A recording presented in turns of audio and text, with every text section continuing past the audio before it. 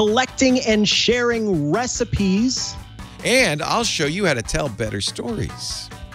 Plus, that good old FaceApp is back in the spotlight. It's time for iOS Today. Netcasts you love. From people you trust. This is Twit. iOS Today is brought to you by Crest. The Crest 3D Whitening Kit removes over 10 years of tough, set-in stains to give you noticeably whiter teeth, 100% guaranteed. For $20 off your first Crest 3D Whitening Strip Kit, go to crestwhitesmile.com and enter promo code iOS Today at checkout.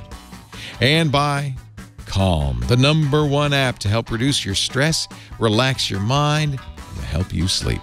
Get 25% off a Calm premium subscription at calm.com/iOS Today.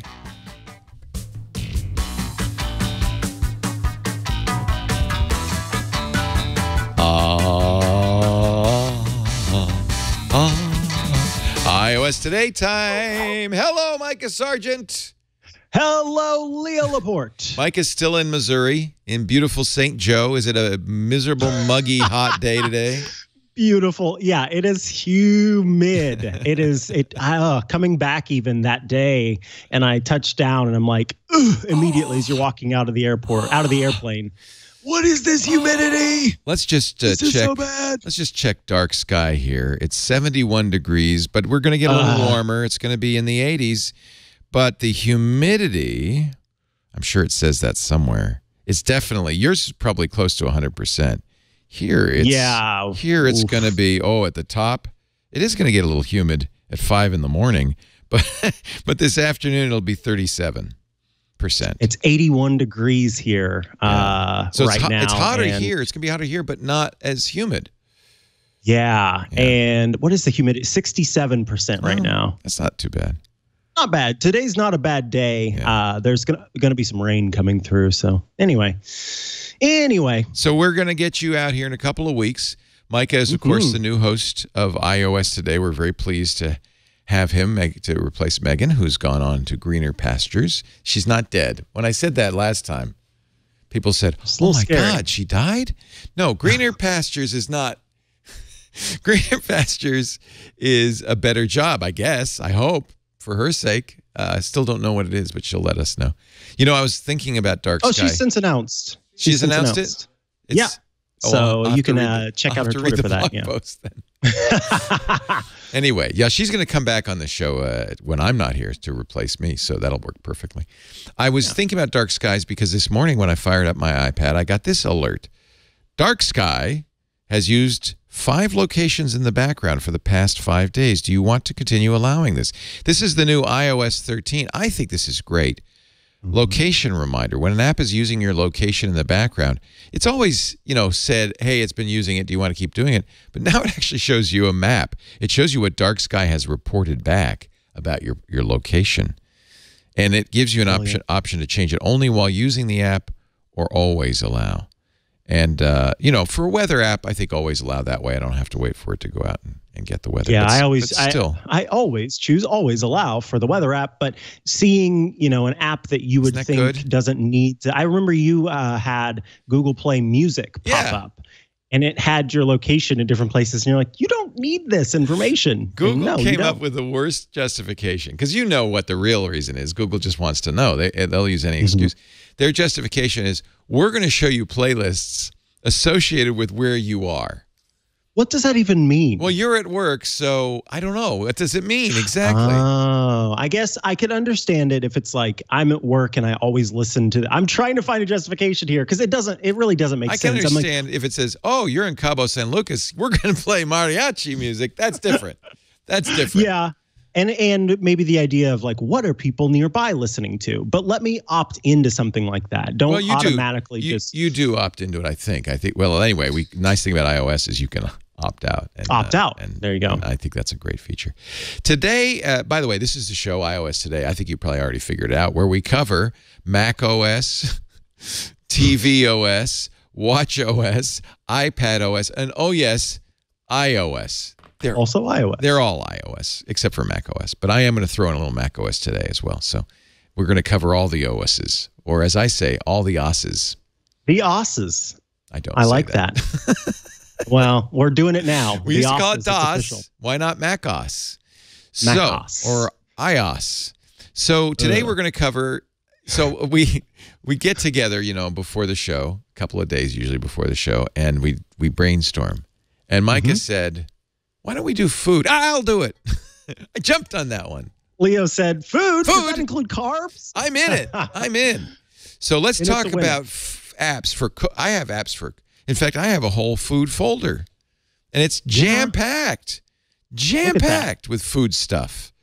So and I would like to hear. So I think a lot of people when they think about food apps, the first two places they go are sort of apps that help you find restaurants and things like that nearby, and then apps that help you track your caloric intake, your different information there, and being able to sort of go back and see, okay, this is what I ate today, and this is how it sort of breaks down according to all of the, what is it, macronutrients? Macronutrients. Yeah, protein. Normally, the big macros are protein, carbohydrates, and cotton candy.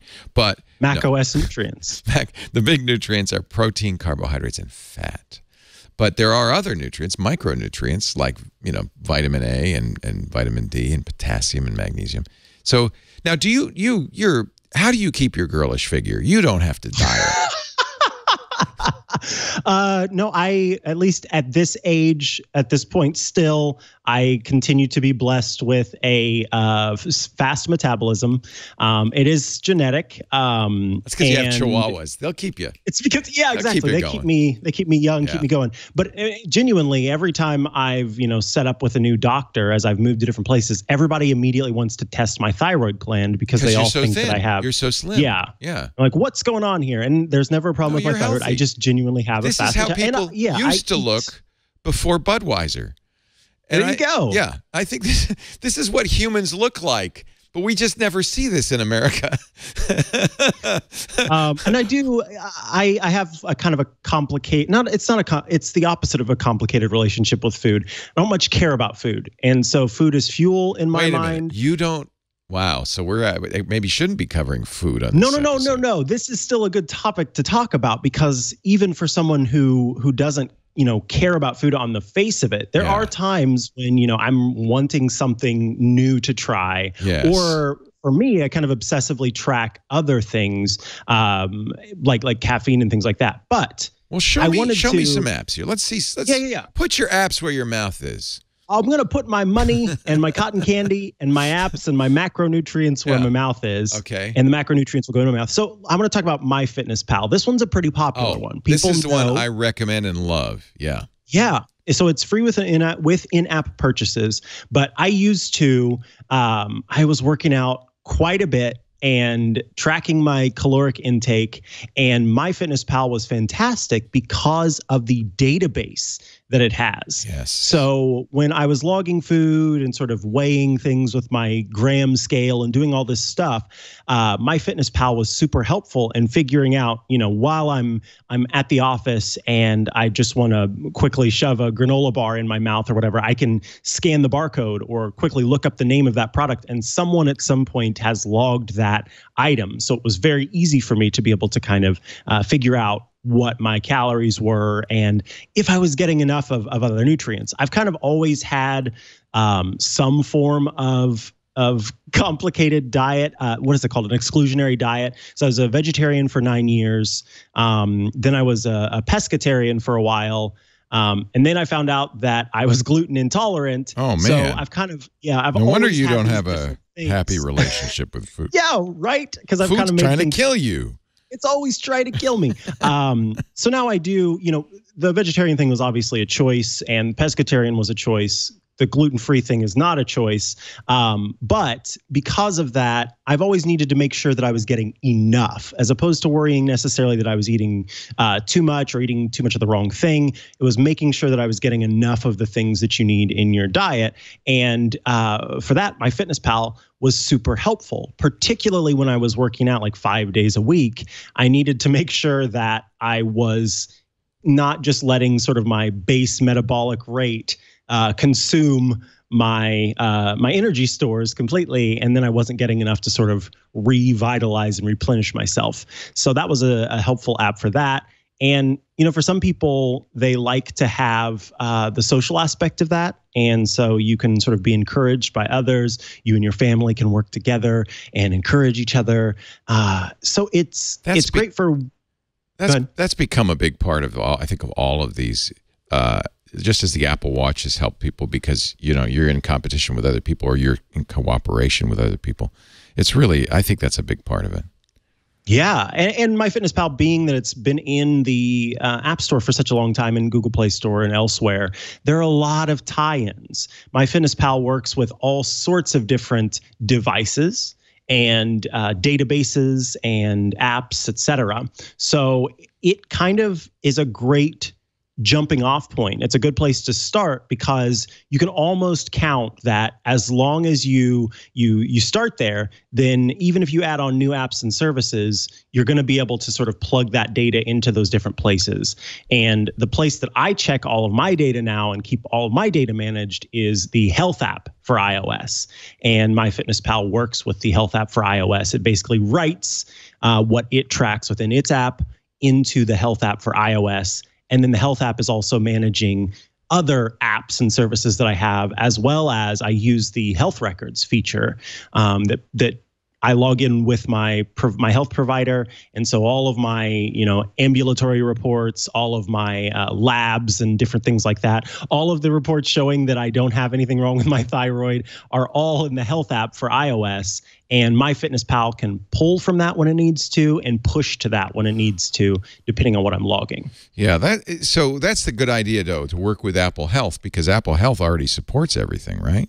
And so you don't have to build it into MyFitnessPal. You kind of get that automatically. Yeah, and you know, if you're not sort of all in with Apple Health, then that's why I think MyFitnessPal is a great jumping off point, because you can know that it's going to work with you know, your Android device. It's going to work with Fitbit. It's going to work with all of these other third-party apps and services independently. Right. So I think it's a good database for doing that. Whereas Health is less about doing record keeping in the sense of, you know, you don't go into the Health app for the most part and say, on this day I did this, this, and this. Instead, the Health app connects to all these other apps that do that. They're the ones where you go into the app, or the app automatically logs those things for you. Health then goes to that app, says, oh, okay, I see this has been updated, and keeps it in its own database. Right. It's just a great place to keep all of it and store it there. We'll do a health section another time, because I don't want to make this just about not eating. We shouldn't too much health. Yeah, I can tell you don't have the greatest relationship with food. Now, I'm going to show you all the stuff that makes you stuff your face. I will mention, though, MyFitnessPal, I used that for a long time. It was purchased by Under Armour. I think it's gotten better thanks to the Under Armour involvement, particularly in working with other programs and so forth. But for years, I also used Lose It, which is a free solution, although they do now have a premium Lose It. It's another great calorie tracker, and very much like your MyFitnessPal, it has a great database of food, so it's very easy to log. I think that's really important. It also has macronutrients, you see here. It has a social aspect. Boy, they really want me to upgrade, don't they? They really want me to upgrade. You could see how you've been doing on your goals and so forth. Now, that is not the program, though, that I use. And as long as we're talking calorie watchers, I should talk about Carb Manager, because as you may know, I'm on a ketogenic diet. Doctor supervised. Don't get mad at me. And while this diet that I'm on, the Verta diet, does not, in fact, require or even recommend you log, occasionally they'll say, well, you might want to log what you've eaten. And so this is a very handy way to do it that focuses on, particularly on carbohydrates, because keto diets are all about reducing carbs. In fact, they have a ketogenius diet plan that goes with it, including lots of recipes. So it makes it a little bit easier. It does have a community feature, so you can talk to people. It has a daily log, and it logs more than just macro ingredients. It also will log exercise. I even log my vitamins, and it'll print out a log, so I can send that along to my doctor at the doctor's supervisor. Oh, I have had more water than that. Let me add some water to that. It also keeps track of your steps. It connects with Google Fit, or I imagine Apple Health. I actually haven't tried that because I usually just enter it in. And you can see also, because I am a type 2 diabetic, I'm not an insulin diabetic, but I do keep track of my blood glucose and my ketone measurements as well. And that's an important part of a ketogenic diet. So the Carb Manager is a really nice one. That's free, and I think it's a few bucks a year. It's not very expensive if you want some of the more premium features. But enough about not eating. Let's talk about eating. Yes, let's do that. Because I'm looking in my food folder, and almost all of this is cooking. I've got the New York Times cooking app, which I think is one of my favorites. Joy of Cooking, the classic cookbook. You know, as a housewarming gift for people in your generation, I would often give them a copy of The Joy of Cooking because that is the definitive cookbook from Irma Rambauer, and the Rambauer family is still around, and they keep this up to date, which is fantastic. These are classic kind of American recipes, and so they even have a hamburgers and hot dogs section. So this is not what I would call fancy food, but it's good food and well made. And I really recommend this. You no longer need the Joy of Cooking book. This is an always up-to-date app that I really like. Now, this isn't my recipe app, though. For that, and I've shown this many times, so I'm not going to belabor it, I use something called Paprika. Paprika 3 is the current version. The best thing about this is I can go to a website. Let's say I don't know, who's your do you ever watch food TV, food television? Do you ever watch like Food Network? Yeah, let's go to the Pioneer Woman site. She's got great food that no one can eat because it will kill you. But fried sticks of butter. It will. Well, let's look at Patty Melts. Crash hot potatoes. Okay, now we're talking. Crash hot potatoes. So I don't know what it means. No, it's but not sounds good. Yeah. It sounds like it'll kill you. So I'm going to actually try to find some recipes here. Oh, you know what you need? Pioneer Woman dog treats. Yes, I do. Yeah, explore the flavor. Oh, no, she's selling them. Oh, they're sold. Oh, forget the Pioneer Woman. Who else? Martha Stewart. Martha Stewart. You would like Martha Stewart. Yeah, she's skinny. I don't trust any chef. Really, I don't trust any chef that's skinny. Do you? I like Martha Stewart because she used to be so... kind of. Then she went to jail, my right? grandma's favorite. Yeah. Then she went to jail, or did she go to prison for?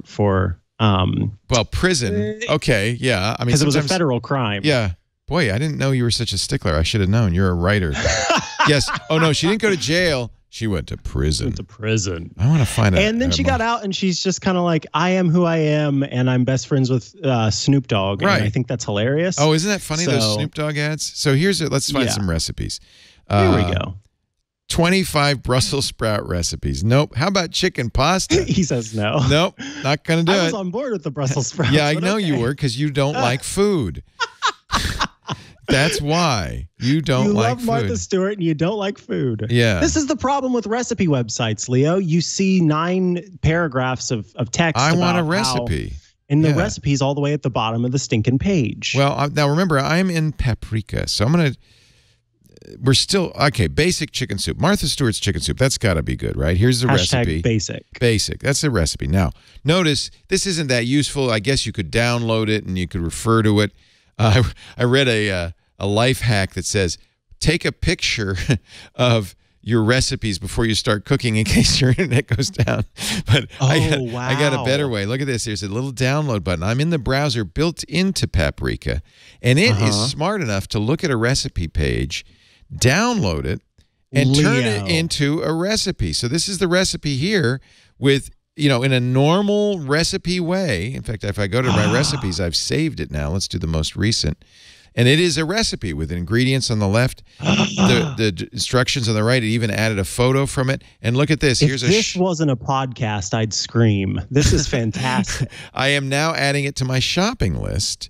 So holy moly! Yeah. So in my grocery list, which will automatically sort it into aisles, is fantastic. So shut up. Yeah, shut up.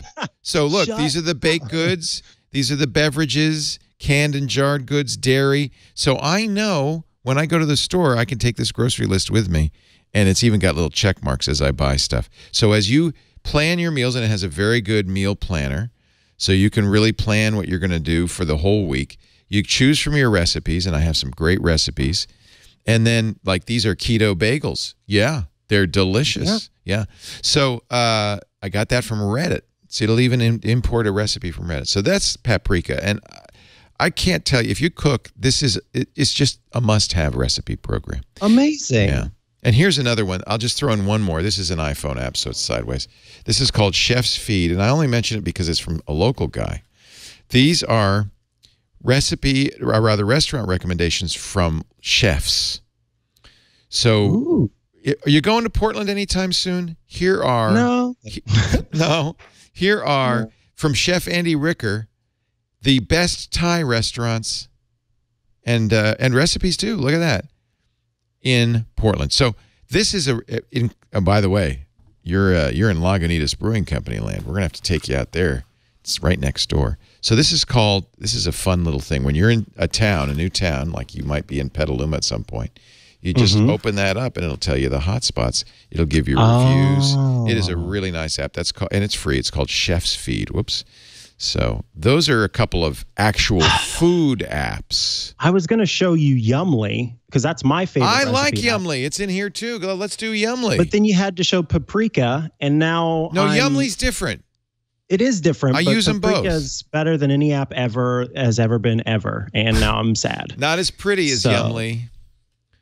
No, but that's so cool. So Yumly, the thing that I like about it, for one, is that it's very good at knowing what my low-carb keto fried chicken requires. Yes, because just like you, I entered, and so I'm getting a lot of keto recipes. You probably entered gluten-free recipes. So that's a really nice feature, isn't it? You could say, don't show me the stuff I can't eat. Yeah, don't be rude. Don't show me the stuff I can't eat. Yeah.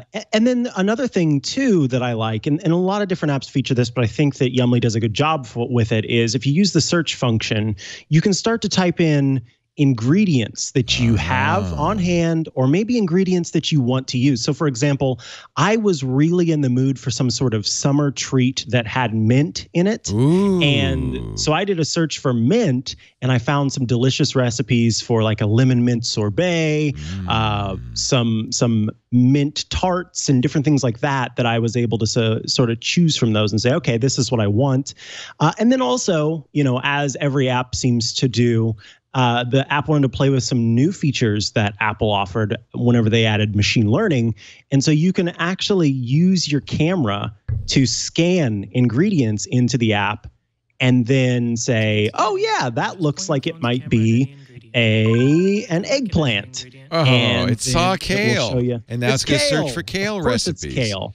It actually defaults to kale because of millennials. No, I'm kidding. And so then, yeah, you can see it's adding all of the ingredients that you have on hand. This is super helpful if you've got, I've just got these like 6 things left over. Stuff.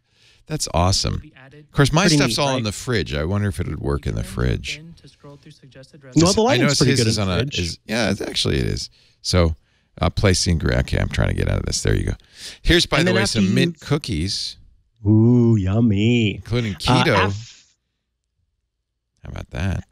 After you've added recipes to your list, then it will create a shopping list for you that you can, check mark and do everything. You can also do planning. So you can say, hey, on Wednesday, I really want to have this for breakfast, this for lunch, this for dinner. The shopping list will tell you, hey, you should probably wait until Tuesday to get those baby spinach leaves because they're going to go bad by Thursday. Cool. Very smart. If you got them too soon. And then 2, if you sign up for an account and you log in on different devices, then it will sync across all those devices. So it tells me, hey, this was last updated on Gladstone, which is my iPad. And so then I know, okay, that's what I got. iPad Gladstone? So this is very nerdy. You named nerdy. your iPad after a British prime minister of the 1890s? No, I named my iPad. In fact, I'll include a link in the show notes. There's a website called Orange Pippin, and on that website, it has a list of apple varieties A to Z. So it's all the different types of apples. The Gladstone apple.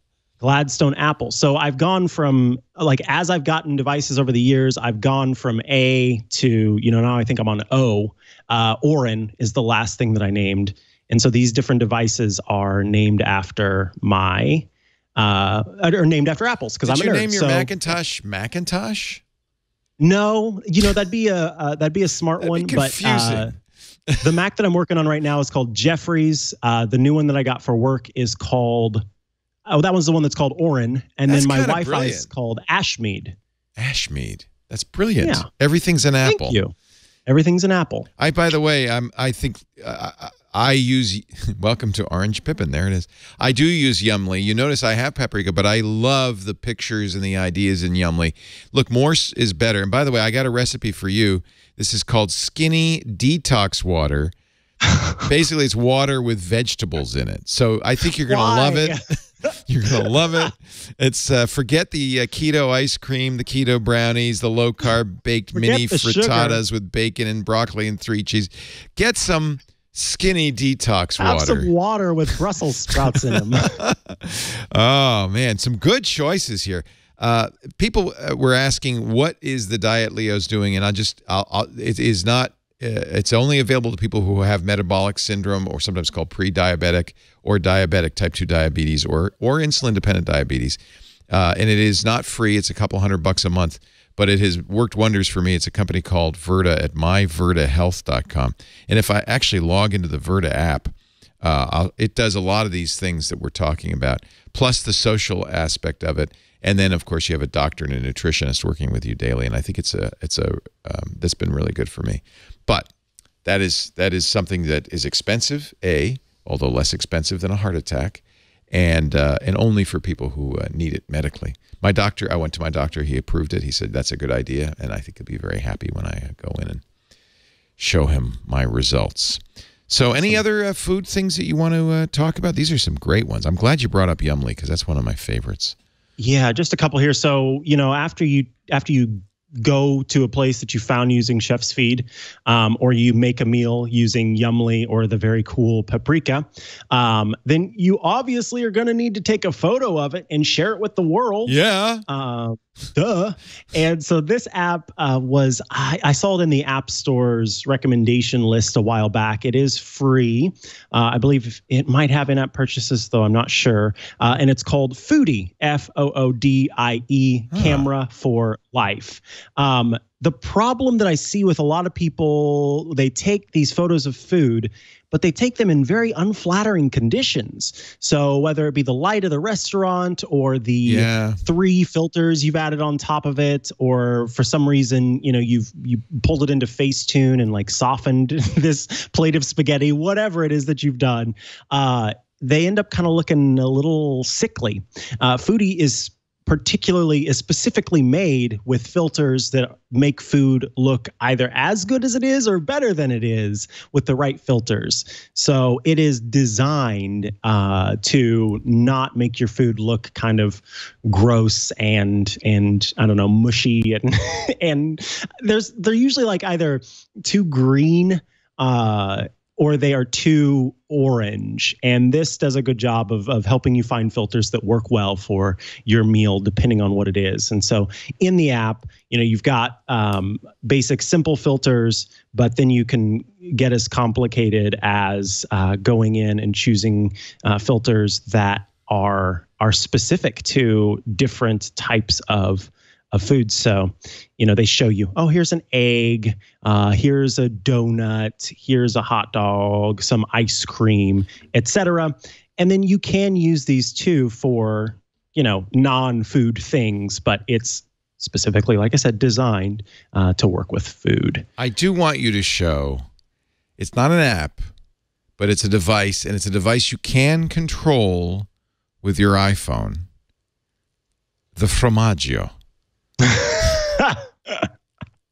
This, Leo, you said you had to get off of Instagram because it kept showing you ads for things that you wanted to buy. Yeah.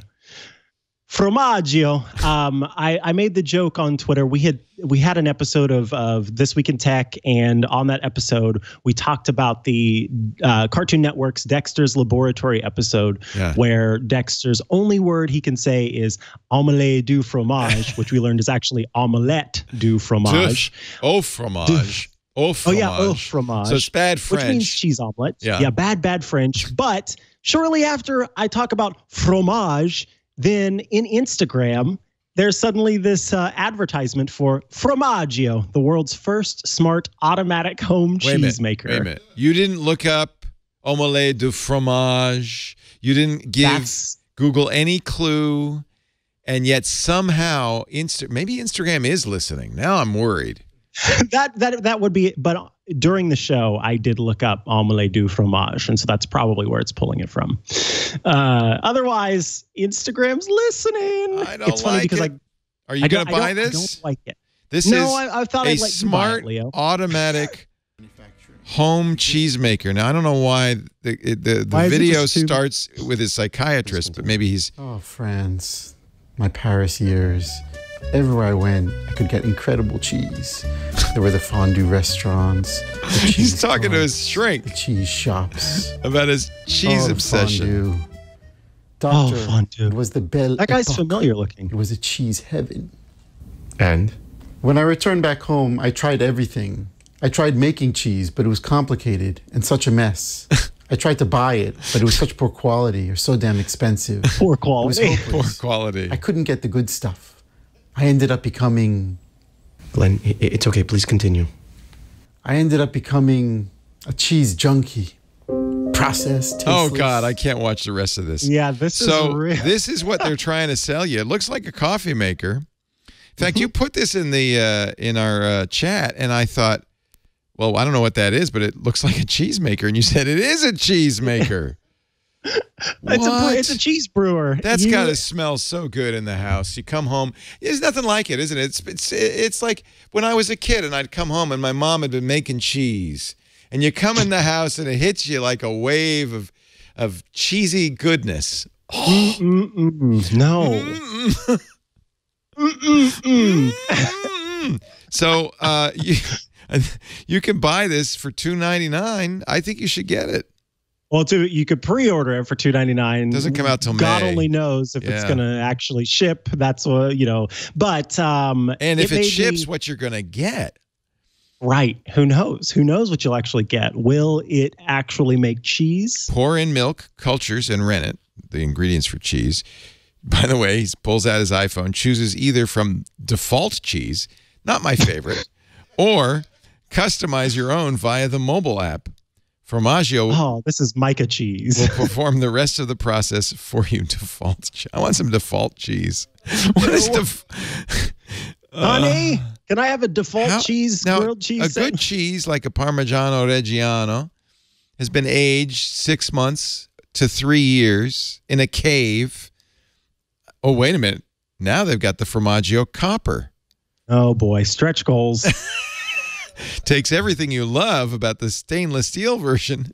We don't even have it yet. I hear the copper actually adds a nice flavor to that default cheese. Okay, well, the only reason we're mentioning this is A, because we'd like to raise enough money to buy it, and B, because you can use your iPhone to control it. Did you hear I said mozzarella? Mozzarella. Mozzarella.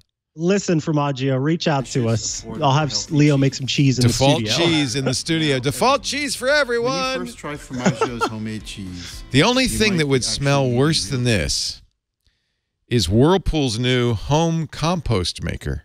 Oh, God. You put all your food waste into it, and it makes compost. It comes out the bottom.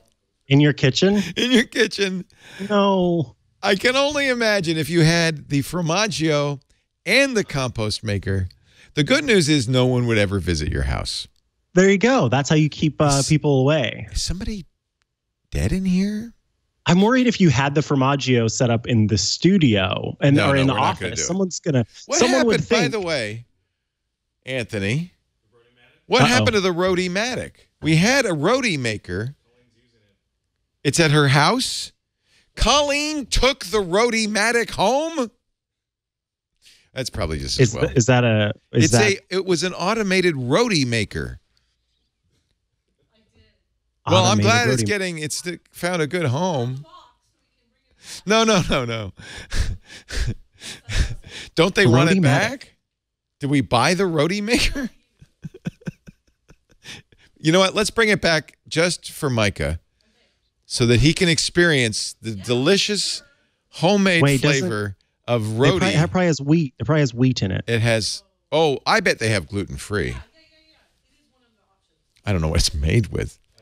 The sawdust roti with default cheese would be fabulous. Fabulous.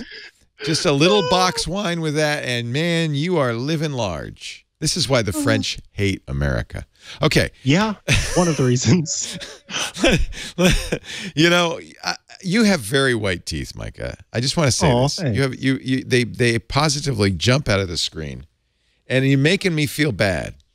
That's why I got the Crest White strips. I am excited about this. I've been every night. I watch. So it takes 1 hour. I'm going to open this up. This is not mine. I have mine at home.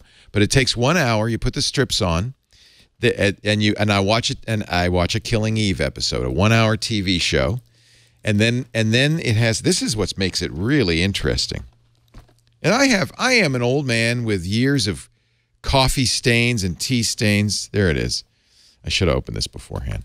Wine stains. Wine. Default cheese stains. Default cheese. Here we go. They're giving me some. I'm getting so many sharp objects. Are you guys trying to tell me something? Here we go.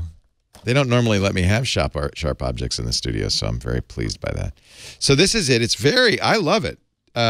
This removes up to 10 years of tough set-in stains to give you whiter teeth. I don't know if you've noticed this. I've only been using it for about 3 or 4 days now, but I've already noticed my teeth are much whiter. This is an awesome solution, and it costs hundreds of dollars less than doing it in the dental office, which may take multiple visits and is a real pain. No messy gels, no trays. I did the trays once, and I didn't like that. You do it in your home. They just give you these really nice. In fact, I'll open up one so you can show you what the strips look like. I don't know. I don't know if you're going to for us today. No, I will. There we go. I will. There we go. If I can get into it. Yeah. So these are the white strips. And I'll just open one up just so you can see. So you open it up and you put these on your teeth. And they just sit there. They adhere to your teeth. That's all it is. In fact, I'll put on one right now. Nice. Yeah, whiter teeth, like just as easy as this, folks. There you go. And they're like that. That's it. It's on. You watch TV, your teeth are getting white. It's the same, actually, technology that they do use in the dentist office. Safe for your enamel. It's hydrogen peroxide, the same stuff the dentists use. And then, after the hour is up, to add a little oomph to the whitening, they use this LED whitening light. So I'm going to turn it on. See that blue? Look, I'll put it on my mouth here. And it comes right on there like that. This is the only part Lisa thinks is silly. It goes on there like that. You will see an incredible improvement. In fact, it's guaranteed to deliver 100% noticeably whiter teeth or your money back. The blue light makes a difference. And the price, we're going to give you $20 off your first Crest 3D whitening strip kit by going to CrestWhiteSmile.com and entering the promo code iOS today at checkout. That includes free shipping. It is a really good deal, and it really works. This is how I'm keeping up with the Mikahs.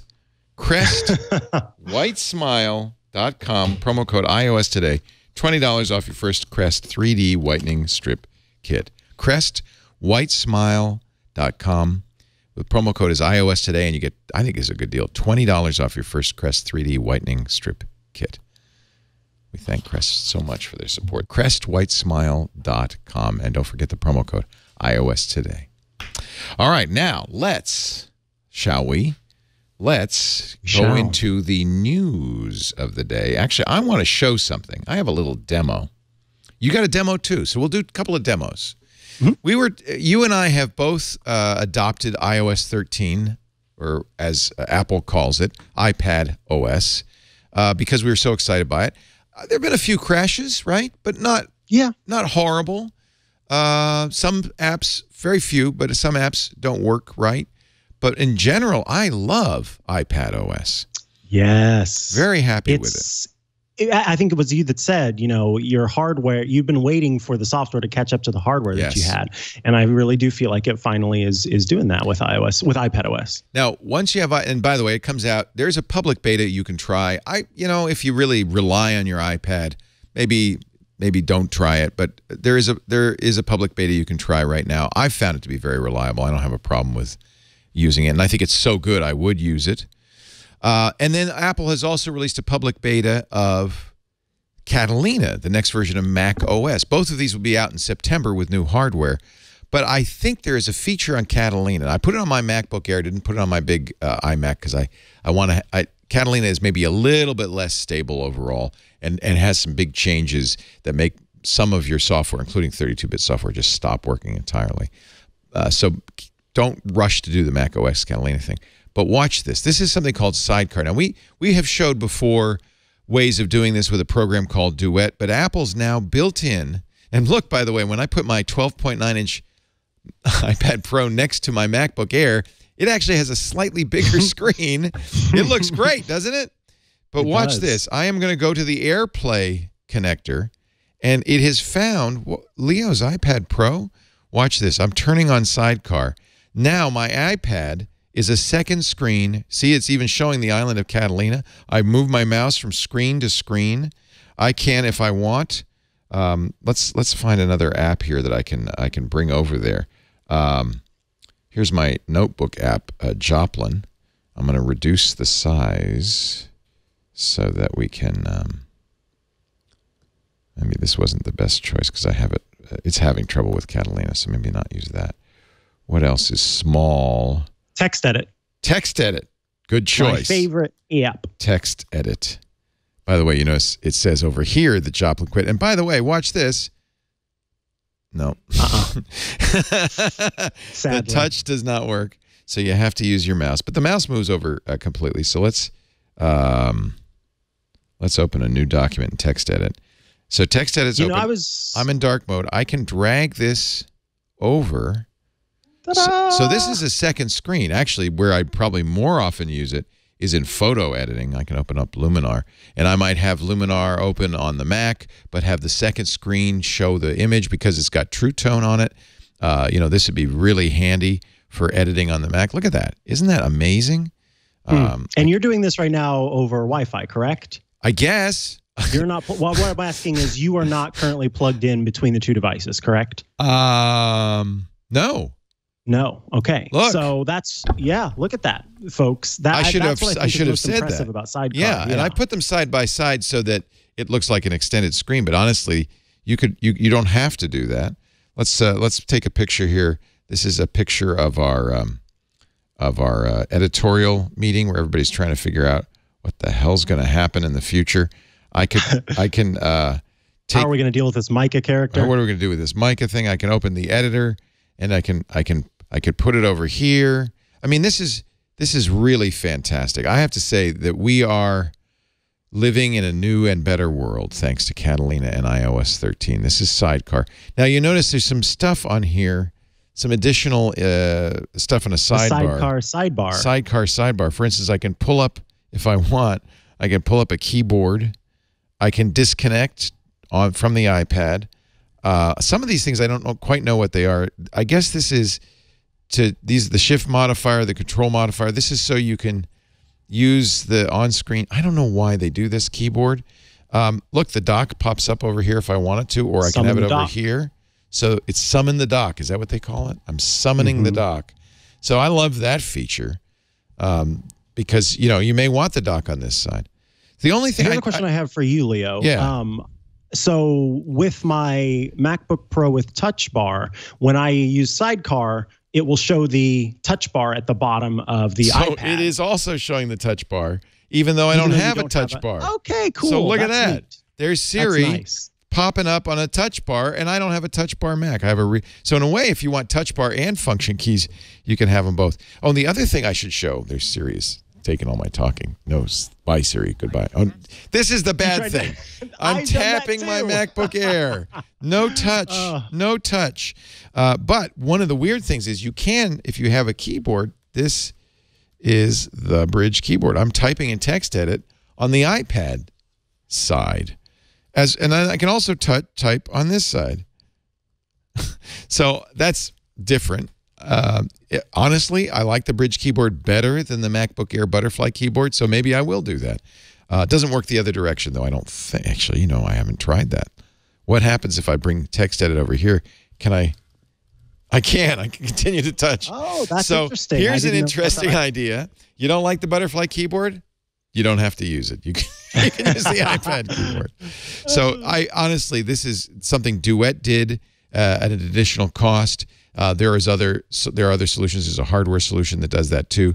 But I am very impressed by the ease and the elegance of Sidecar. And so I just wanted to show people that. This is a preview of something that will be coming to iOS 13, iPad OS. And I think it will work with all iPads, right? You don't have to have an iPad Pro. Although if you have an iPad Pro and a MacBook, this is like having two laptops. My old MacBook Pro from 2015 doesn't support Sidecar, but the iPad that I had newer does. Ones will. Yeah. So definitely check out that. One other thing on that is, if you heard me asking Leo whether he was using it wired or wireless, you can use it wireless within 10 meters, or you can plug in your iPad to the MacBook and essentially keep it charged while you're using it as an extended desktop. I could use a desktop. Type-C cable from one to the other. That's actually great. That's actually a great idea. And that might be a little lower latency, although, as you can see, it doesn't feel like there's any latency. Very good. It moves very easily. I mean, watch. I'm now This is wirelessly sliding this window over it, and it doesn't feel like there's any latency at all. I mean, that feels like direct drive. It feels like a second screen. So, so you can use it as an extended desktop, a mirrored desktop, and then with certain apps, for example, Adobe Illustrator, Final Cut Pro, Lightroom is not listed right now. Oh, it's not. Okay, but that will come eventually. That's what I was hoping Luminar would do, which is allow me to be editing here and have the image that I'm editing on the other side.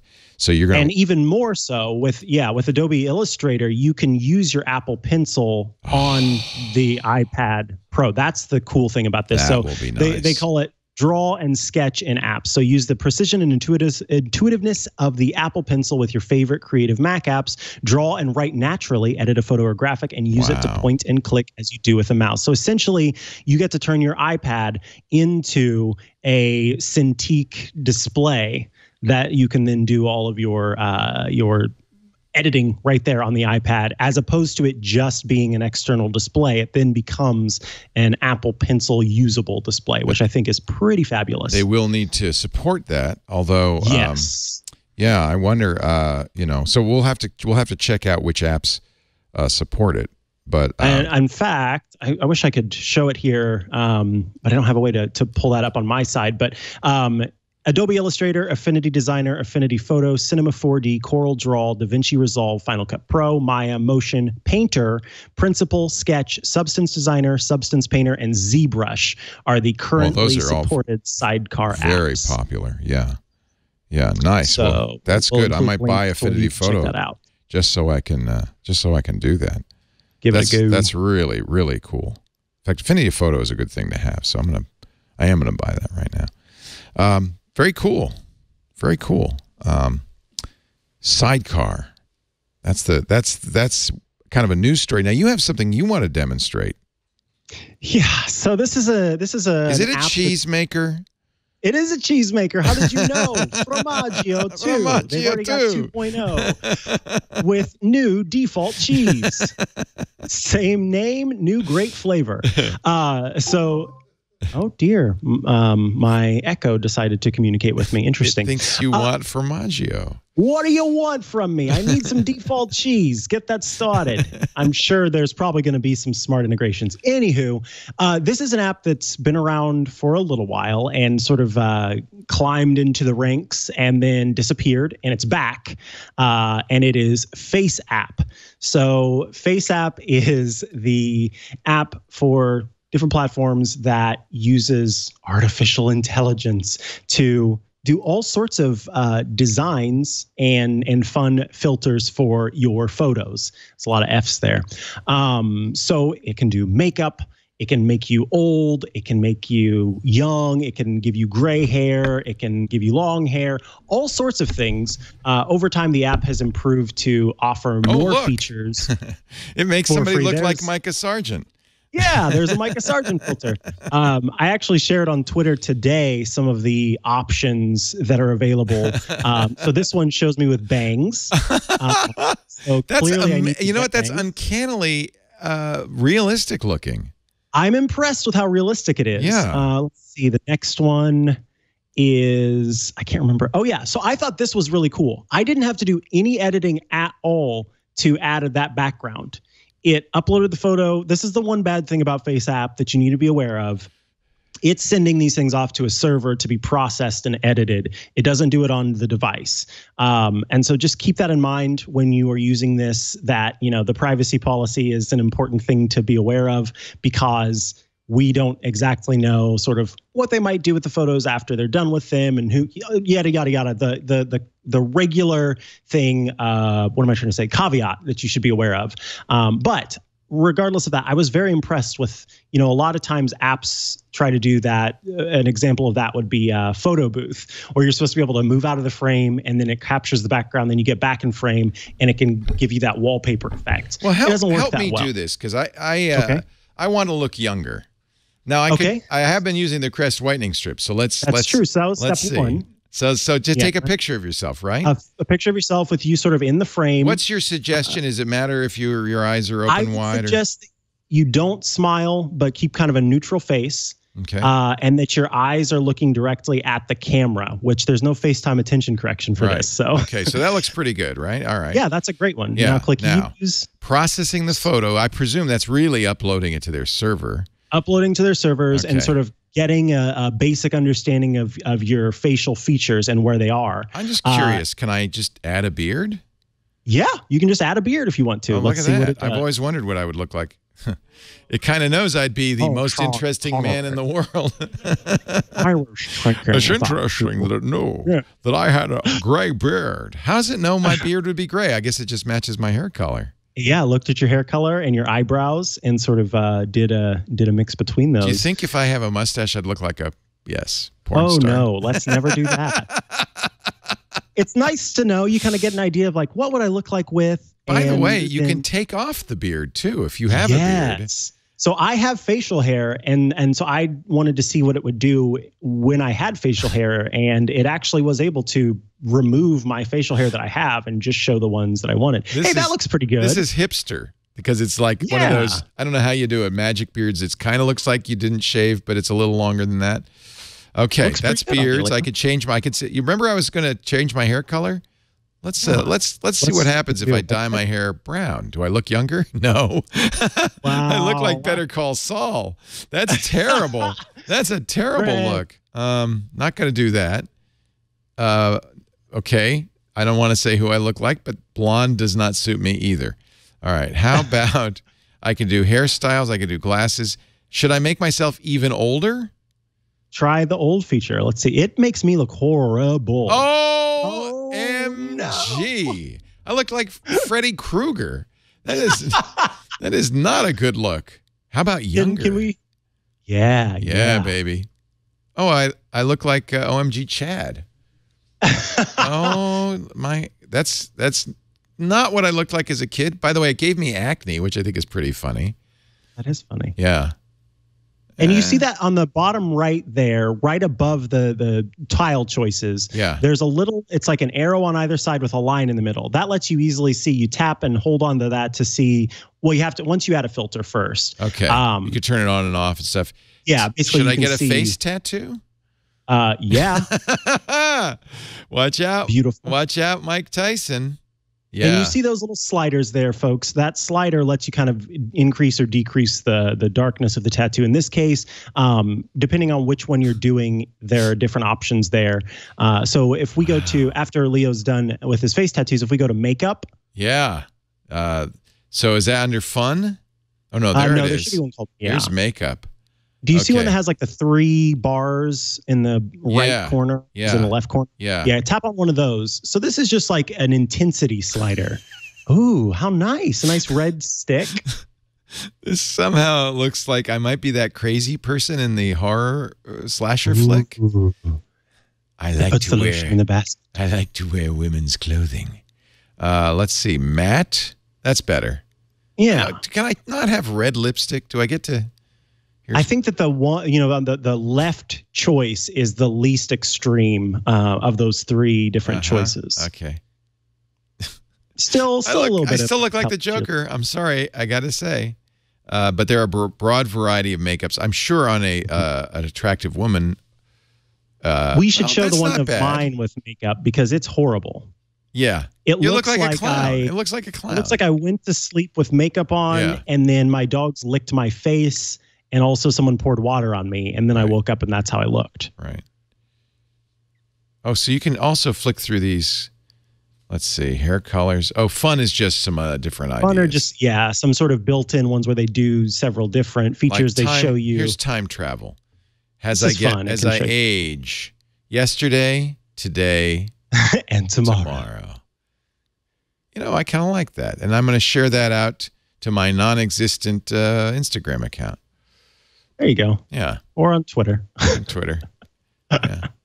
That's cool. So it's fun. You know, it's been around for a while and it used to not have as many options. Yeah. They've added so many options. Yeah. And like I said, some of those, the ones where it adds a background to it, I was really impressed with how well it cut out my actual head shape and showed that background behind where I didn't have to do any adjustments to that at all. I don't know. Can we show my old man person? That one's pretty scary. Yeah. Frankly. That's exactly what you're going to look like. I hope not. That's actually crazy. Yeah. Let me take my mom. I'm going to take, so you can take other people's pictures. I'm going to take my mom and make her young. Let's see what will happen with Mary Laporte. That's a little creepy. It doesn't. Yeah. So the photo is not, there's some shadows and things that kind of make it. If I sent her this, she would kind of freak, I think. But this is fun. So you could take other people's pictures. You don't have to. I'm not going to. Should I just do this to Megan in honor of? In honor, She'll be so glad. Oh, this will be fun. I don't know what should I do to her? Should I give her a beard? Let's try it. Let's see. It's not a perfect photo. So again, you want to be full face, kind of. Okay, that's kind of mean. There you go. I won't do that to her. That's but we could age her. I could age her. Let's see what she'll look like.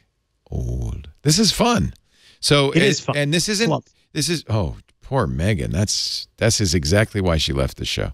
See, that's how she looks. I'm miserable. But I would always take bad pictures of her. I promise not. I promise not to do that. FaceApp. You can take bad pictures of FaceApp. Okay. And you can, by the way, search for people. And, if you feel like, I think, Justin Bieber, I would like to know what he's going to look like when he gets older. You can actually, they have a celebrities catalog and you can take that and let's just see what Justin's going to be when he gets to be my age. Damn it, he's still a good-looking fella. With that, one of the things that I've noticed is when you're working on a photo, after you sort of do the processing, you can always go back to that one that you chose, and it'll pretty much immediately pull it up. So it sends it off to the server. Oh, it keeps it on the server. Reason. Yeah, it kind of keeps it and lets you see it. But I think that that's like per session. So if you were to go out and then go back in and choose a different photo, then that's going to be different. But it's kind of nice that, as you're sort of, going through and having a laugh, but then you choose the one that you actually want. You're not waiting for it to process again. This is actually useful because it's really kind of helped me decide never to dye my hair. There you go. Yep. And I kind of liked it, like I said, for seeing what a different facial hairstyle would look like. I think there's a bald option. It's tempted me when I want to be the ancient mariner. As soon as I take off in my sailboat, that's it. There you go. That's what I'm going to I think it's a good look for you. I do. I think it should give you a choice of a David Letterman beard, though. One of those big, long, really. Nice. How about a little goatee? I might look good with a goatee. No. There you go. I like looking like the most interesting man in the world. That's my choice. Full beard. Pretty close, right? I think so. Yeah.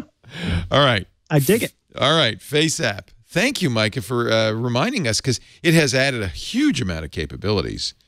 There is fun. We should mention there is a little PSA bug in the iOS 13 developer and public betas, the ones I was just showing, which unfortunately, if somebody can log into your iOS, they can get your passwords. So they can go to the web and app passwords in the settings.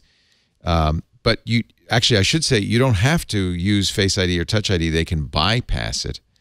So that's something to be aware of. If you have, and Apple has confirmed it.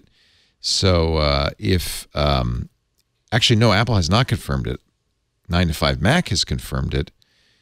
But in order to access web and site and app passwords, somebody would have to unlock your device to begin with, and then they could bypass the Face ID or Touch ID authentication prompt. So the device does have to be unlocked. Main point is don't leave your iOS 13 device lying around for strangers to mess with. There you go. RPact is back in the App Store, making me wonder why'd they kill it in the first place. Remember, New York Times did an article about Apple killing RPact and a number of other parental control apps. The New York Times implied that they did it because Apple didn't want the competition. Apple said, we did it over privacy concerns because it uses the MDM, mobile device management technology. However, it's back and it still uses MDM. Really? Yeah. That's fascinating and curious. Yeah. Maybe is it more limited, or what's the deal here? Apple has changed its guidelines over the use of MDM. The reason Apple was worried about MDM, that's the Facebook used it, remember, with their special app that allowed them to spy on you. MDM is designed to be used by enterprises so that they can control iOS devices that are given to employees. Of course, that's legal and that's often done. But Apple initially said we never intended MDM to be used by Facebook or RPact or any other third-party application because it would give that developer access to how you use your phone. But they introduced a new guideline last month that says MDM apps, I'm quoting here, may only be offered by commercial enterprises such as business organizations, educational institutions, or government agencies, that's all the same, and in limited cases, companies utilizing MDM for parental controls. So they've eased the guidelines a little bit, and RPact is back using MDM. But you should remember, if you're putting this app on a child's phone for parental control purposes, it does give you access to the contents of the phone and control of the phone, but it may also give the developer that access and control, and you may want to think about whether that's something you want to do.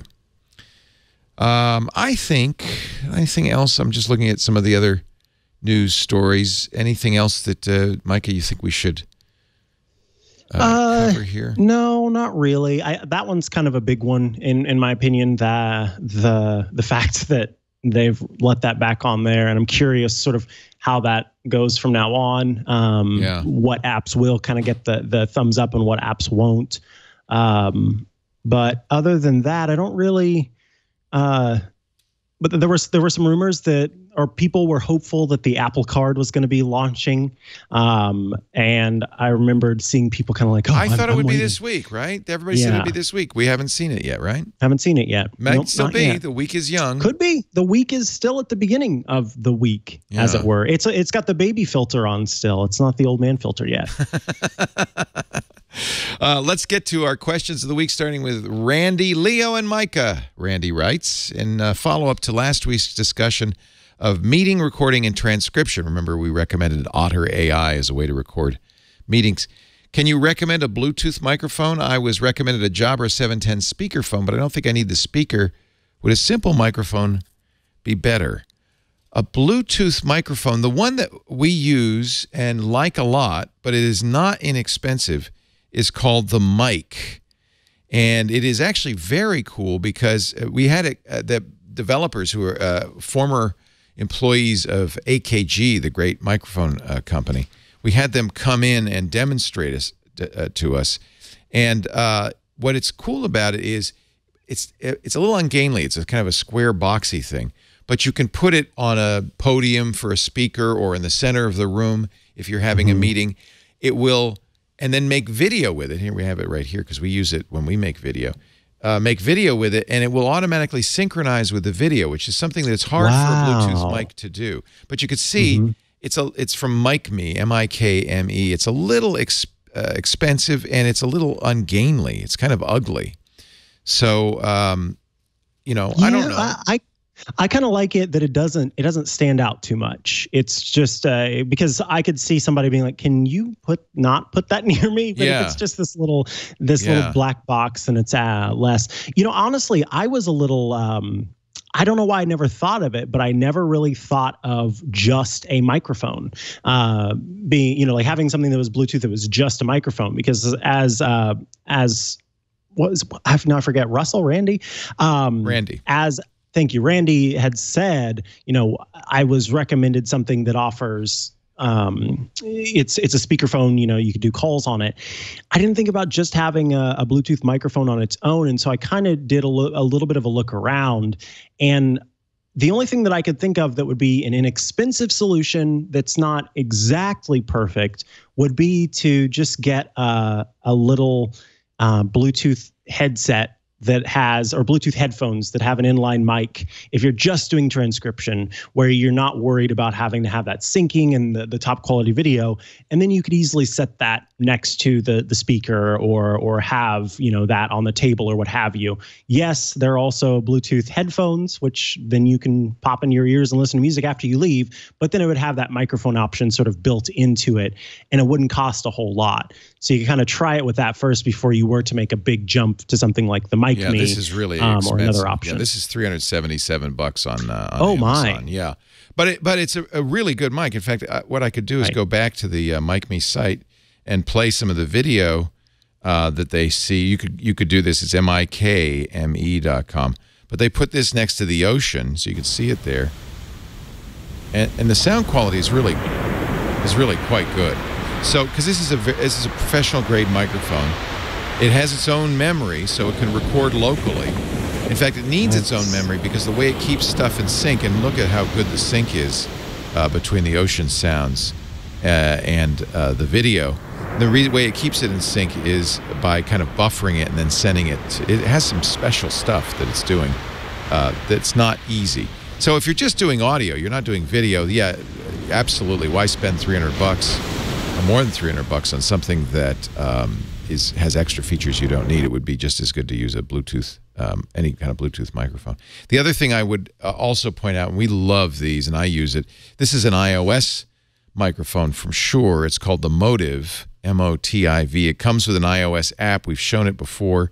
They make a number of different kinds of microphones to work with the Motiv software, but those all connect either to the Lightning port, or I mean, you could put a long wire on it. It really does some nice things. These mics are professional grade mics. Shure is a microphone manufacturer, and I think they're really a good sound, and I think it's really powerful software that lets you do all sorts of interesting things with it. So I have the MV88, which, as you can see, has a Lightning connector right on it. You could put it right on your iPhone. It's really useful for recording directly into the iPhone. But they also make like some retro-looking ones, like the MV51, which looks like one of those old harmonica mics. And there's even, and we actually have a review of this on Hot because Jason Howell, is it up already? The MV88 video kit. There's a video kit that will work with the iPhone, goes on the iPhone, has a stand and all sorts of stuff. It's actually kind of a neat setup. That's for video recording. So Shure has some great solutions. These are wired solutions. And generally, you want a wired mic if you want lip sync to be good. There's our Hands-on Tech episode 30, Jason Howell's review of the MV88 Plus.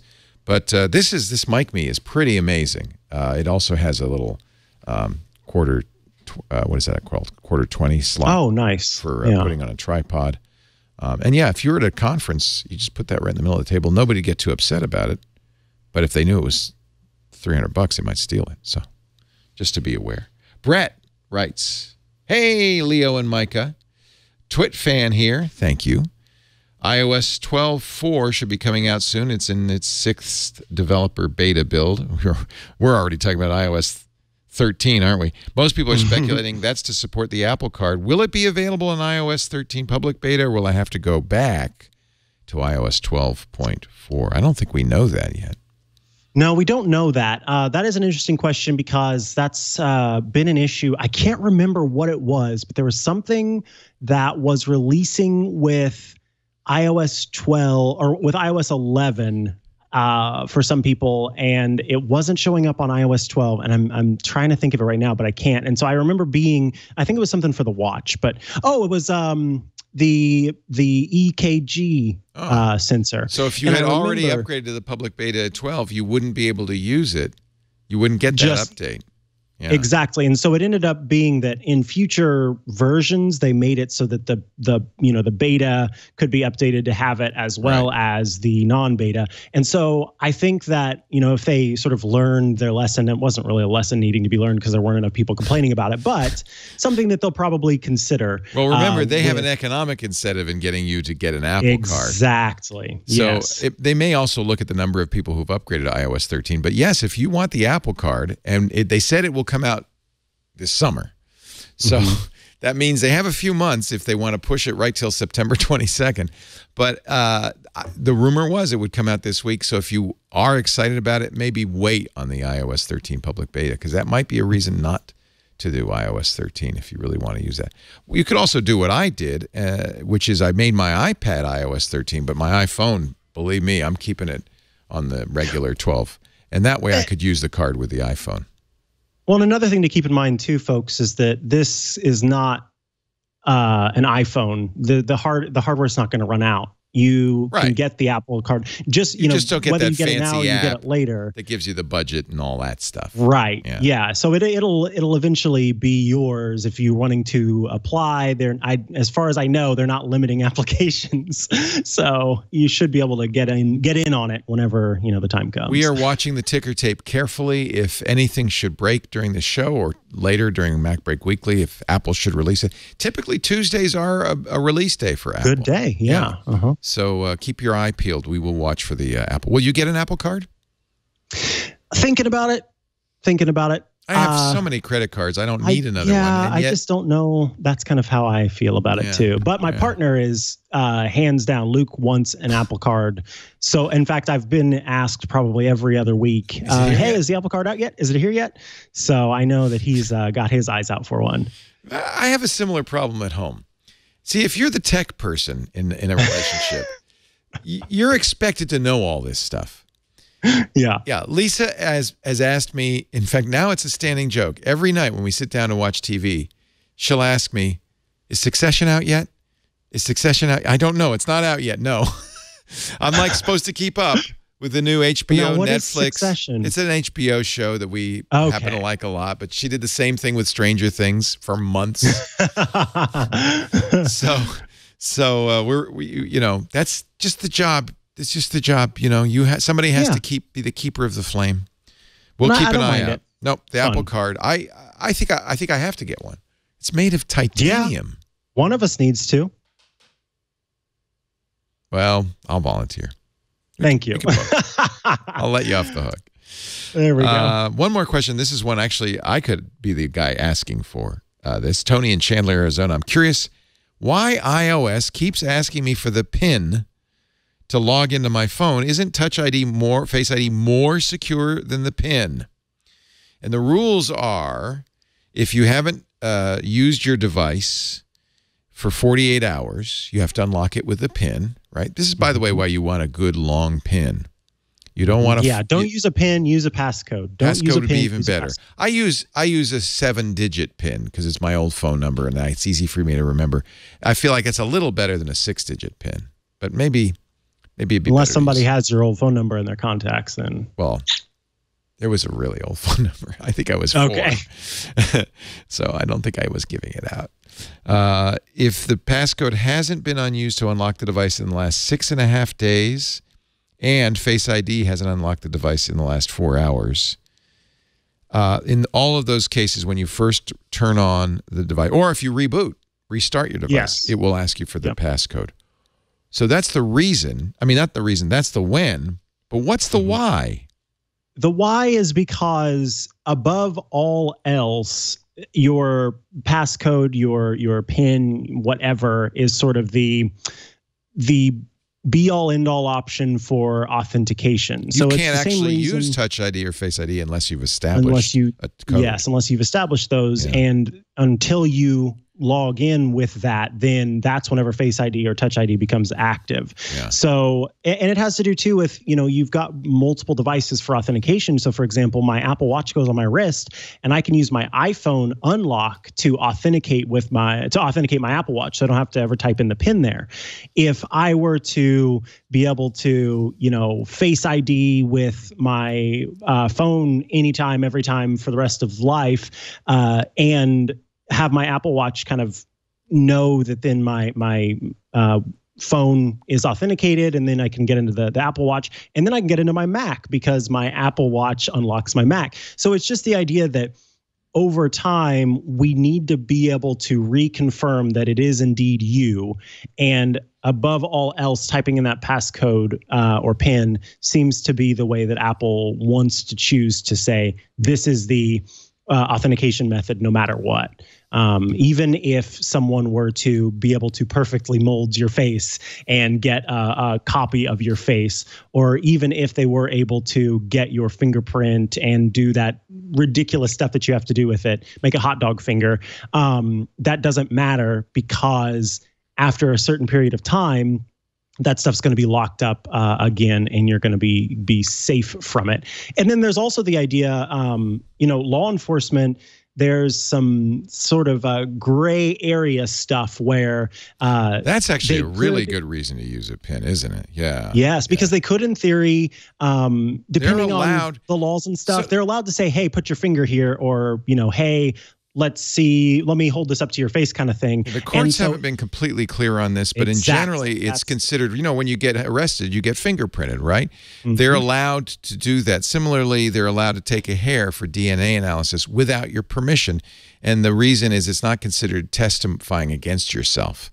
On the other hand, something that you have in your mind, like a password or a passcode, if they were to ask for that and force you to give it to them, it would be considered testimony against yourself, a violation of the Fifth Amendment of the Constitution. So as a result, that's why everybody needs, well, I was just going to say, that's why everybody needs to know right quick that if you press the 3 buttons all at once, then it makes it so that Face ID or Touch ID won't let you log in. You have to type in your passcode. So if you're ever in that situation, hit those buttons really quick, and then the passcode thing is the funny thing is this is still kind of unsettled, even though it seems very clear in the law, but it's still unsettled because courts have been waffling a little bit. And most importantly, when you cross the border into or out of a country, you would think the same laws would apply, but they do not. So it's not at all unusual. We've heard a number of cases of U.S. citizens being stopped entering the United States and basically put in an airport jail until they give up the passcode for their phone.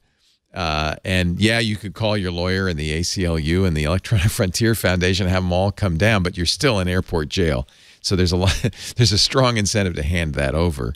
And so far, every case I've heard of, the people have finally said, yeah, all right, I don't want to stay in this airport jail anymore, please. Right. Yeah, I'll unlock it for you. So that, we are, wait a minute, I got a car 54, where are you? This is a reference that you are way too young to get, but this looks just like Broderick Crawford in Highway Patrol. Ah. No, you don't get it. No, but I liked it. No one in the audience gets it. But I think that's what the Mic Me is kind of like that. It's a kind of old-fashioned looking. It does look like an old-fashioned walkie-talkie deal. Yeah. Hey, one more thing real quickly. We have somebody in studio who is a longtime friend of Twit. In fact, Dave Smith has a company called Coco Mats. You make mats for like businesses and Loco. Sorry, let me Fix that. Loco, because he's crazy. You make mats for businesses, for industrial environments, things like that. For film production, to cover up all of those cables and stuff like that so people don't trip. And we've been using Loco mats in our studio for the longest time. We have a great mat you got us that we initially had in the entry hall, but now we have it to protect people against trippage. And you just brought us a new one. Look at that. Wow, isn't that nice? That's new. So now we can do our Game of Thrones adaptation. We've been waiting for a Loco mat. So thank you, Dave, for doing that. Dave called the radio show and told me about something he made. You made this for a relative, an elderly relative, or family friend. So let me just log in to my account here. You have to set up an account. It's free. It's a free app, but you set up an account because you're going to be able to keep what you've done on the net. Actually, you know, I should bring Dave Smith up from Salt Lake City, Utah. Come on and sit here, Dave.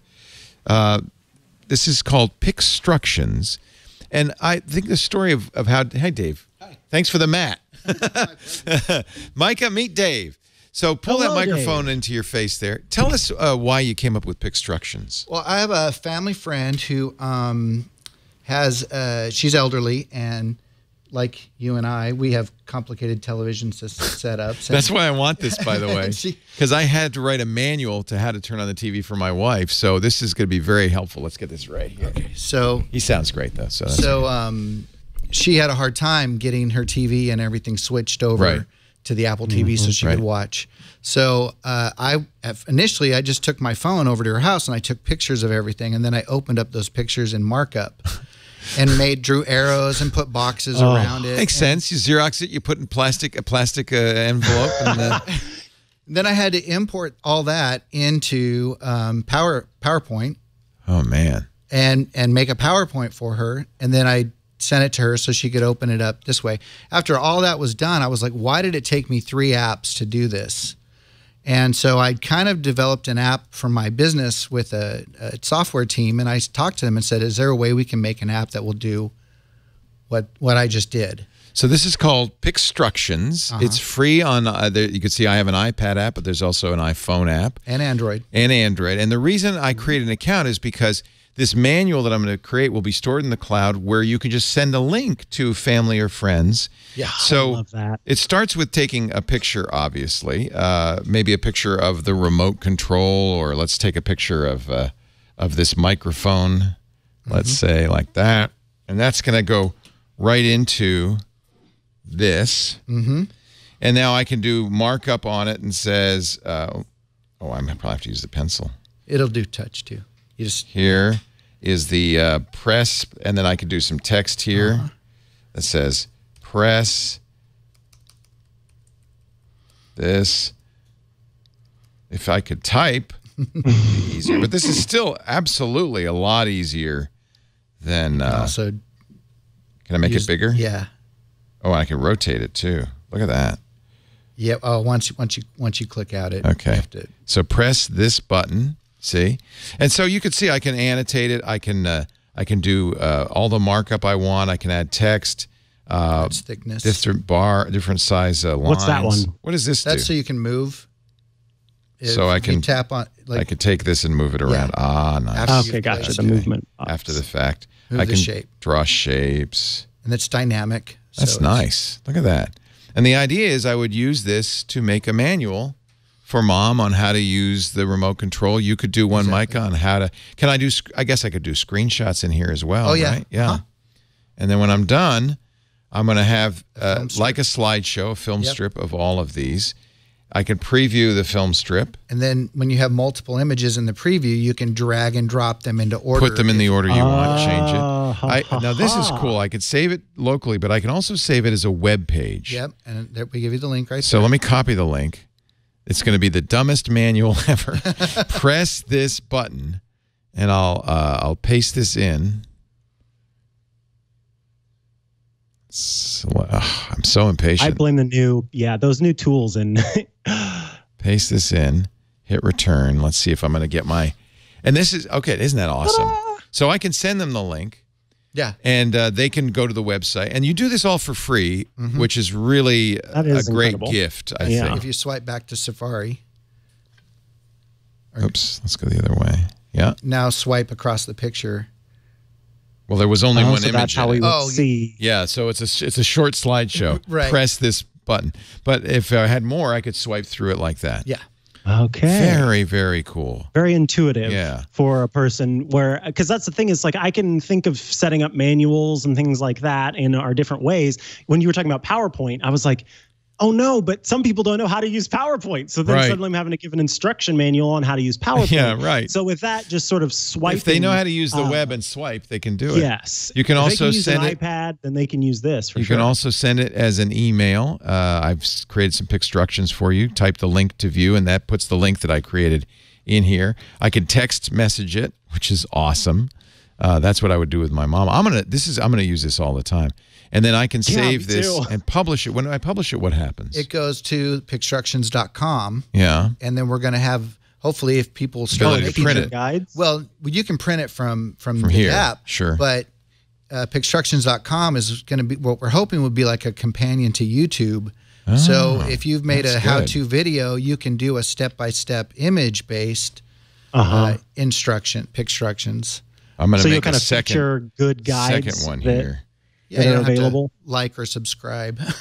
And I'm going to say, using your finger. I've already paid the $1.99. I'm sold on this. Oh, you can pay for this too? You can remove ads. Ah, okay. It runs ads when you're when you finish. Dave tells me he made $54 in ads. So yeah, maybe you don't have to pay for it, but maybe not a bad idea to pay for this. So I'm going to add that. Now I have Now I have a slideshow. Yeah. Then you hit preview. Yeah, and the preview will actually show what it's going to look like. And then you can drag and drop. Oh, that's kind of cool. When so I can move if I make an edit, there you go. Yeah. If I make an edit and then publish it, is it going to create a new site or is it going to be available at the site? It'll save that same link because you should, if you look at the web page that it creates, it will create a QR code for that web page. So that way you can print that QR code. And whenever they open it, if you've edited it, oh, nice, it will. So it updates. Yes, yeah, it updates the same a URL. QR code. So there's for your Airbnb. You put a QR code on the coffee table saying, "See these remotes? Scan this, and here's how you do it." I and now I have on the back of my remote. Now I have a slideshow. How to make AeroPress coffee. Press this button using this finger. And that's a pretty simple one, but that's the idea. I love it. Dave, nice job. Thank you very much. I really much. appreciate it. I would shake your hand if I could. But isn't that cool? And you're going to use it. Giving you all my thanks from here. Heck yeah. Nice. Well, Dave told me about this on the radio show a long time ago. And he's in town, I guess. Are you here for a work conference? Yeah. Making a movie? I'm meeting some clients from LA that are doing something up here. Some clients from LA that are doing something up here. Well, if they need a twit map for their movie, I got a mat. Thank you, Dave. Really appreciate it. Loco Mats. Is it locomats.com? Yeah. That's okay. Film production folks, Locomat or TV studios. We use it here. It's great. I'll get one with my chihuahuas on it. Locomats. And then it'll be good. Send me a picture. We'll get it done for you. Locomats.com. App cap time coming up just around the corner. But first, a word about calm. It's time to calm down and relax. I have a feeling Mr. Chihuahua.coffee here could probably use a little calm.com. If you're having a hard time focusing, well, it's no surprise why. We are living in a world of constant stimulus. Screens, multitasking, binge-watching, hyper-connected, overstimulated. The modern world is stressful. That's why you need Calm, the #1 app for meditation and more. You know, meditation actually changes your brain chemistry. There's a lot of science to prove this. It's been shown to slow down the release of stress chemicals into your bloodstream. Chemicals like cortisol and adrenaline that are bad for you. Now, they're great if you're, in the jungle and a cheetah is chasing you. It's handy to have those, but we're not. So maybe you should sit back and relax and get some relief. The World Health Organization has named stress the health epidemic of the 21st century. As a society, we're just more anxious than ever. There's Tamara. I love Tamara Levitt. She's head of mindfulness at Calm. You'll get her every day with your daily Calm, which is a guided meditation.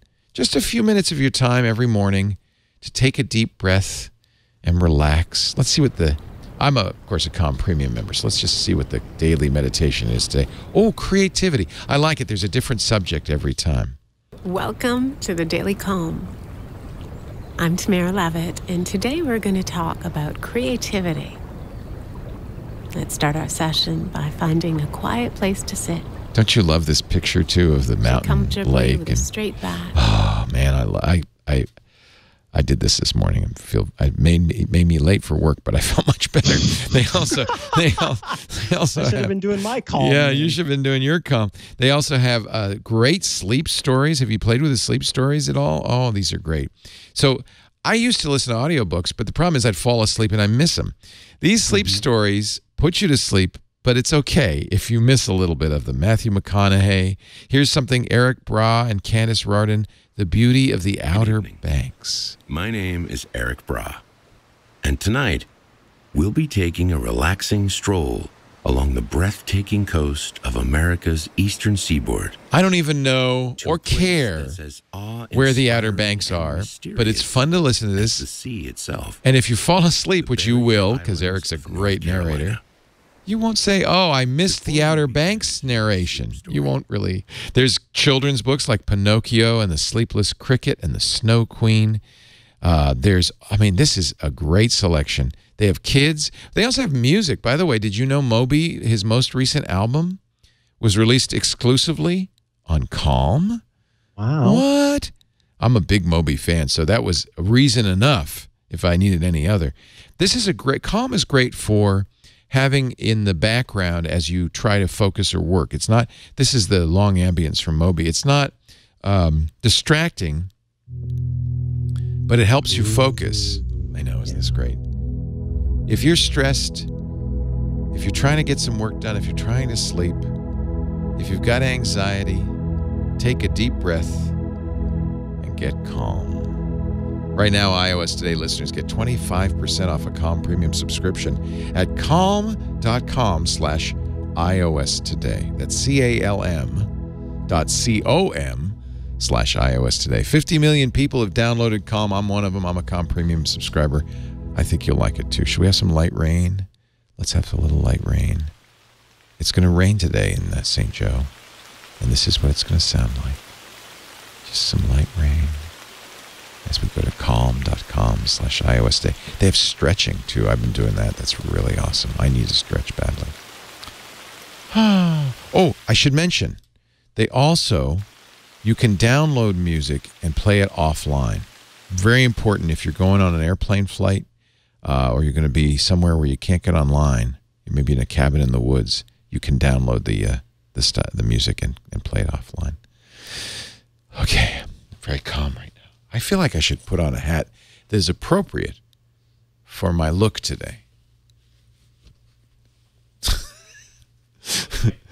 Now I look like a gangster. What are you wearing, Mikah, Sargent?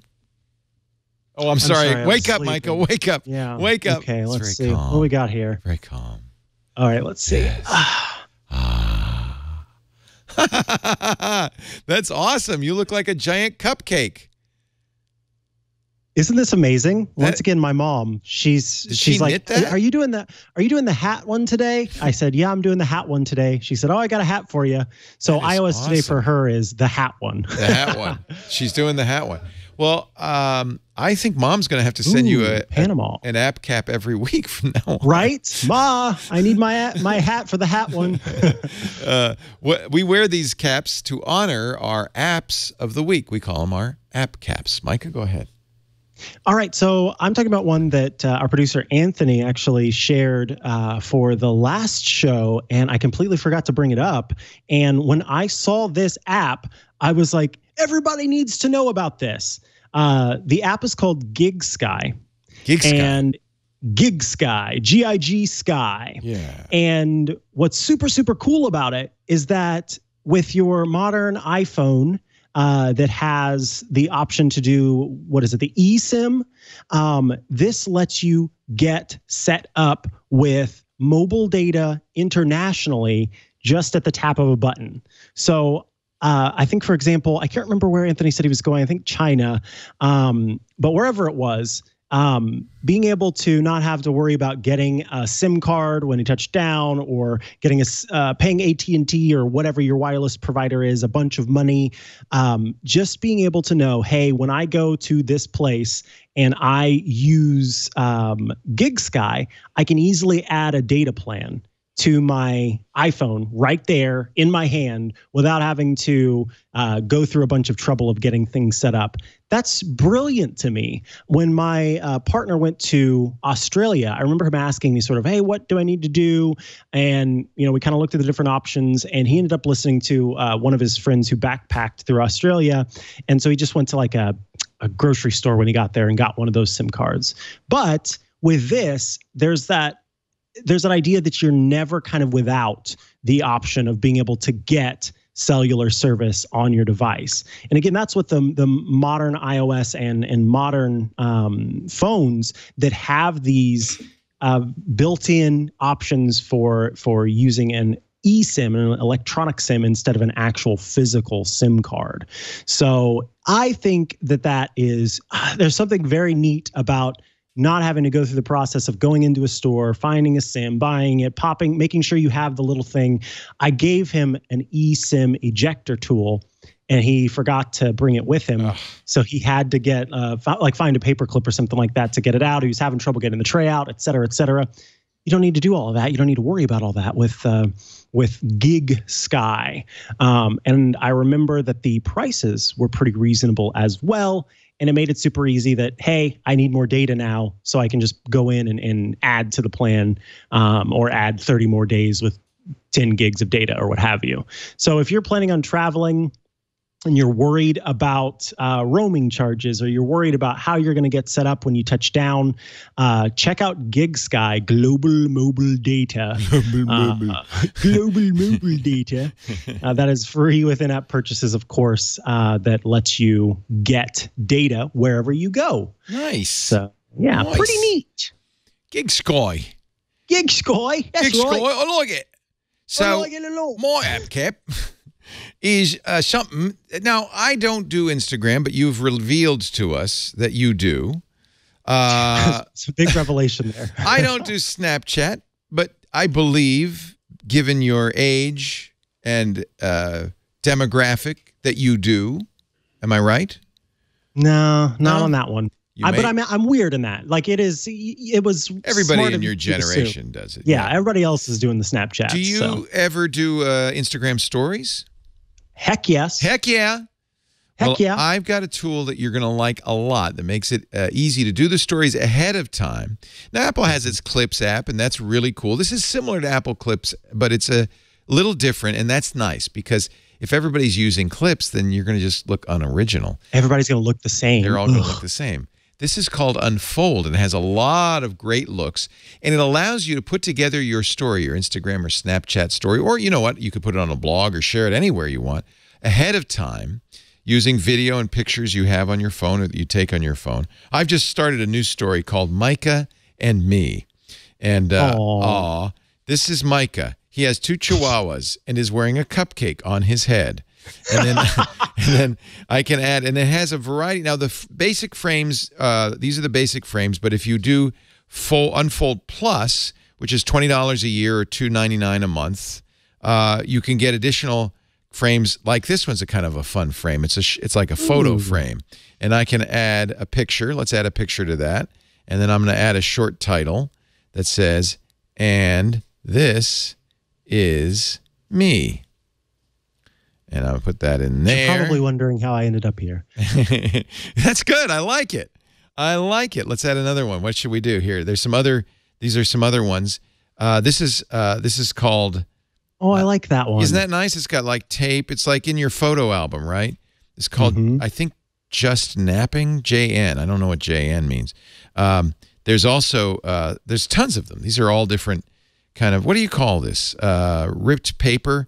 I mean, what do you call it when they do this? Like scrapbooking, or what do you? Yeah, kind of like. Yeah, it's kind of like in. And by the way, look, they also have horizontal. It's skeuomorphic, that's for sure. Yeah, it's you know, kind of when they do it with clips or video editing, it's kind of a template, I guess would be the best. There we go, word. template. Pro tip, never do horizontal. Don't do that. No, see, that's for old people, right? Yeah. So let's on your Instagram story, don't do that. Don't make people turn their phone. Don't do that. Should I do a preview? Let's see this. I don't want to edit it. I want to see it. Let's see. I forgot how you view it. I did it earlier. Oh yeah, there it is. The eyeball. So I actually took a little movie. Oh, cool! It's video. To put my story. Yeah, and then did you see that little transition? That's kind of fun. Nice. Yeah. So this is a way to make Instagram stories ahead of time. If you ever try to do the stories in the Snapchat or the Instagram using their tools, you end up just doing basically jump cuts and putting a bunch of stuff together as the day goes by. But this would allow you. The worst thing is if you mess up and then you lose it all. That's not. You're really messed up then. Yeah. So this has so many nice. I think it's worth the extra $20. There's a variety of different templates, some colorful ones as well, that allow you to create a story, put it together. Pride vibe. Yeah. Yeah, it's kind of fun, isn't it? The free one gives you a lot of features. You probably should just use the free one at first. And then if you decide, hey, I like this. This is for influencers. This is for the... Hi, is that Mizzy or Henry? That's Henry. Oh, boy. How can you tell? Does he have a deep voice for a Chihuahua? It's the rapidity. It's a different. What is the? It's a different rhythm. He's more staccato, spread out, and hers is like ba ba ba ba ba ba ba. So here are all the collections, and they have other collections too. They have additional fonts. Oh, I didn't even get to the stickers. There's a ton of stickers too. So film frames, journal, digital wave, ripped paper, Classico, and then I've got them all on here because, after all, don't you want to be able to do everything? And then you want to have them all. Yeah, try them out. I should put a sticker on me. Let's see. Let's add a custom sticker here. Let's see. More than a feeling. That's pretty good. Oh, I like that sketch look. That looks nice. Yeah. It's kind of hand drawn. It's got all the things the kids use in the sticker realm. I guess. I don't know. I'm not a big Instagram star. Oh, look, you could put countries. That's kind of fun. So if you're in a country, there's items. So if you're touring or something like that. There's the tape stuff. That's the scrapbooking. That reminds me of scrapbooking. It's always nice. In fact, let me use this. I'll put a little duct tape over my face. I think that's probably something. Or just over the mouth. How about that? There you go. Well, see, you do that mustache from the FaceApp, and then you put the duct tape over the mustache. It's like, never will I do this. Micah and me, the real story, coming up on my Instagram if I had one, but I don't. Maybe we can put it on the Twit Instagram stories. I should give this to Masako because I think she could probably use this. Oh, and here's another fun one. It's got a whole set of Pride kind of rainbow art, so that's kind of fun too. Yeah. So if I did like a Pride story from one of the parades or something like that, that'd be fun. This is my boyfriend. Is that Vampire Pride? Yeah, Vampire Pride. He's a Harry Potter character. Oh, I thought it was Vampire. It is very good, but that's me, in my Harry Potter costume. Yeah. Okay. Yeah. You probably did. Are there vampires in Harry Potter? Oh yeah. Another thing you missed last night. We had a full moon. There were werewolves and vampires. That's right. You missed all the fun. I did miss those. Yeah. I want to be in Instagram stories. Okay, there you go. Here is a very good emoji on my face. That's Too bad the sticker. It cannot wear That's the sticker we need. Mr. Mikah Sargent. That's me, Leo. AKA Cupcake Head. They call me Cupcake. Cupcake. You find him at chihuahua.coffee. He also the one. writes for iMore and other great places. And in about 2 weeks, he's going to be sitting right here. So he can, right there. He can slug me if I say anything bad. He joins the Twit family. He's got his apartment. He's ready to bring the dogs out. The move is imminent. You've told your mom, right? And more importantly, your grandma. No. See, I haven't. No, I'm kidding. I haven't told my family, and so because I need to keep getting these hats, and so if I tell mom, then she's not going to give me the hats anymore. You haven't told her? No, I'm kidding. They all know. They all know. I hope you ask permission before you. He's in St. Joe helping grandma, which is very, very nice of you. And the bathroom's all done. You finished the renovation? Okay. Yep. So if Leo, if you need any renovations done, let me know. I'll help you out there, pal. Oh, I didn't tell you? Yeah, because we just took the wallpaper off in the bathroom, and we were hoping you would help us hang some more. Oh, I see. Yeah. Okay. No. I'll bring my tools. I can't wait till you get here. A couple of weeks, he'll be here. Next week, actually, you're going to be hosting without me. Have we decided who's hosting? We're doing that ahead of time, bud. Oh, I am going to do it on Saturday? Okay. Yeah. So we'll do it on Saturday. So just a little, normally we do this show every Tuesday. As soon as Leo gets here, around 9 a.m. Pacific, noon Eastern. That would be 1600 UTC. And if you want to join us live in the studio, you can email tickets@twit.tv. And if you did that for this week, our people would say, well, sorry, but Leo's out of town next week. And so we're recording ahead on Saturday. So right after the radio show, we'll be doing iOS Today. That'll be about 2 p.m. Pacific, 5 p.m. Eastern. 2100 UTC on this coming Saturday. And that'll be for our next week's edition. And then I'll be back, and we will be together in the studio, I think, the next time. Yeah. You can also watch us do it live on our live stream. Watch or listen. There's live audio and video at twit.tv/live. You can download copies of the show from our website, twit.tv/iOS. Best thing to do, though, get your podcast application and subscribe. That way you'll get it the minute it's available. You don't have to sit around waiting for me.